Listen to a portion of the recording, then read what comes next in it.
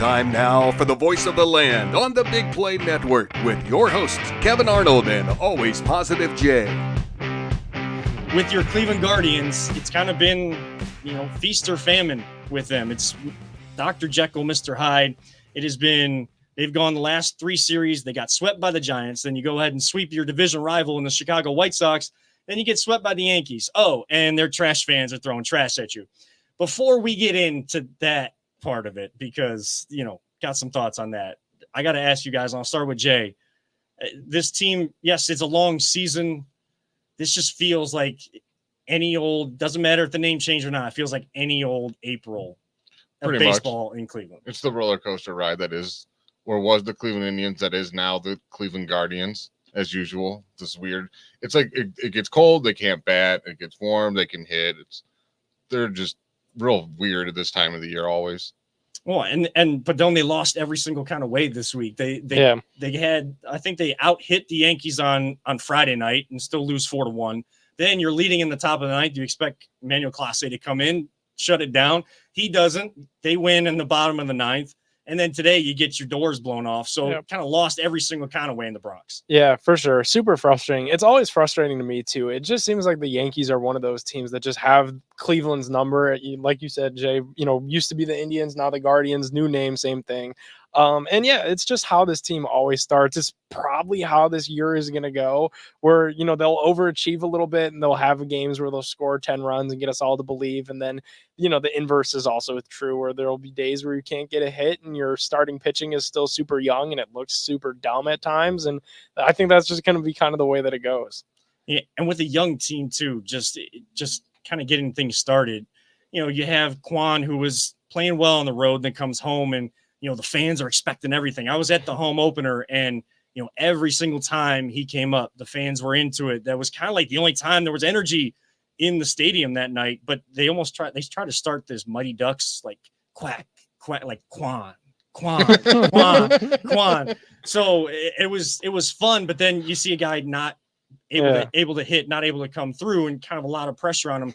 He's being interviewed before they even have their home opener by different places and saying like, Cleveland's all about you, man. Like, you're the biggest thing right now after 6 games of baseball. They put a lot of hype and like a lot of pressure on that kid real fast. They did. Yeah. So you're going to have that, Owen Miller was playing well. Then he goes on the COVID list. Quantrill goes on the COVID list. He pitched well yesterday though.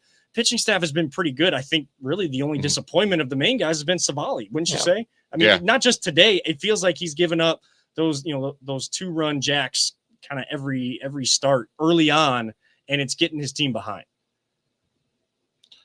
Yeah, pretty much. I mean, you summed it up right there. Is it me or do you guys get super annoyed when we lose to the Yankees? Like, it's like losing 2 games every time I lose to those guys. Like, it just drives me nuts. And then I see what their fans did, and I'm still annoyed by that. I mean, I was brought up to, as a baseball fan, I was brought up to hate the Yankees. Just like as a football fan, I was brought up to hate the Steelers. And I was brought up to hate that school up north. In basketball, I don't know if there's necessarily a hate. It would have been the Bulls if they would have continued after Jordan, because it seemed like that would have been that was kind of the biggest rivalry. I mean, we grew to hate the Warriors, but there really wasn't one there. But in baseball, I was taught to hate the Yankees. I mean, Peter, you're a big baseball fan too, so that's kind of how it's always been. But yet, when we need it most, it seems like the Yankees have our number, like Padone said. It really does. The weird thing is, like in the 90s, there were times when it seemed like during the regular season, we just could not beat the Yankees. But then when we got in the postseason, we would knock them out. Yeah. Which was like it was just so sweet. Like, revenge, right? Mm. But no, it's I don't this team right now with this team. I was hoping we were listening. Jake and I were listening to the game and heard Clase blow that save, and it's just. And then with the fan, just the behavior of the fans. Before the game was even over, they were obviously saying something to Quan. Oh, for sure. So, yeah. That was I don't know, that's just classless, and. I mean, can we all agree that the Yankees are in our top 3 like hated teams power rankings of all sports?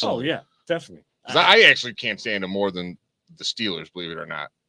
I hate the Yankees with a passion. It upsets me more when I see like people around Cleveland that are big Yankees fans more than people that are Pittsburgh fans. Mhm. Like I have friends that are Pittsburgh Steelers fans because, we're so close. We're not close, far yeah. from Pittsburgh. A good friend of mine is a big Steelers fan. His dad lives in Pittsburgh. He, spends half his time there, and I get it. My grandfather was from that area. He was like from that area of Ohio that's, you spit on and you hit Pittsburgh. And so he was a Steelers fan. And my grandmother was a huge Browns fan. So that was fun when the Browns and Steelers would play, because they'd wear Steelers sweatshirt or Browns sweatshirt, and they'd just be bickering it with each other. Savali, who will probably be a Yankee at some point in his career, let's be honest, he'll probably turn things around. He's an Italian kid. He's from there. He's going to end up pitching there one day. And I thought he would do better, but he didn't. And so be it. Yeah. You don't like to see, especially the starting rotation that's supposed to be so good. You don't want to see any sort of issue. And of course, the Yankees, I think, came into, at least yesterday, if not today, they were the best pitching staff in all of baseball coming into the series. Their weak spot was actually Garrett Cole. Who helped Garrett Cole find his rhythm? The Guardians. And I would like to see that be a rallying point too, Padone. Like, I really would. Still could be. It's just one game. Yeah, like sometimes you see that it kind of manifests itself as the season goes along, especially with a long season like baseball. Yeah. I mean, to not see it today, I guess, a little bit more fight back from this team, kind of a criticism of them. But again, all that stuff went down yesterday. The Yankees took care of business at home. We'll see what the rest of this 7-game road trip is. I mean, they got to go from New York all the way across to play the Angels, Los Angeles Angels of Anaheim, 4 games. And then who do they come back this way with? I can't even remember the other 3-game series is with, but it's a 10-game road trip here in April to kind of finish things out. Again, it's roller coaster baseball. I feel like we're gonna say that all season long. I just don't want to see something like this weekend kind of hurt this young team that doesn't, they don't know what they don't know. You don't want to be you don't want that to become what they know and what they feel. Even though they did lose, like those road trips are known for like building good bonds, and having all that happen and then going on a road trip, I think is going to help. But I can't wait for it to happen, but I'm glad we cannot bet yet, because I would have bet on the Indians to win today. But Guardians. Guardians. I'll get it. Quarter in the jar. Quarter in the jar. But yeah, if you're betting now on them, I would totally say they're going to win the next series the way they've been playing. They lose a series, they win a series. They lose a series, they win a series. And it's like we said, it's sweep, get swept, then sweep, then get swept.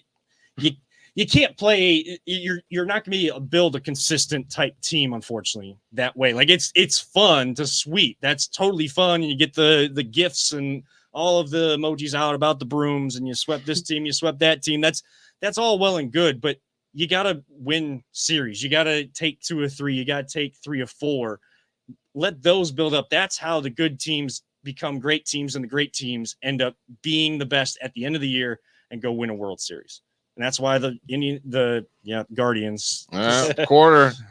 Well, the Indians didn't win one for 70 plus years. Now the Guardians are going to add to like 73 or 74. So we'll just have to see. We'll try to dabble in Guardians baseball every couple weeks. It's tough, dude, because this is where it's tough to talk about baseball. It's tough to care. You got the draft this week, so that's going to absolutely dominate the entire, not just sports news cycle, but the global world news cycle from Thursday, Friday, and Saturday. You got the USFL trying to go on and compete. You got the NBA playoffs going on, and like the luster and like the romanticizing of the beginning of baseball season is starting to dwindle. We're going to get into the dog days of, mid-May by the time the draft hype goes down and everything. So it gets tough to talk about it at this time of year. It's just hard to pay attention to baseball before the All-Star break, because without teams they just go up and down from right now.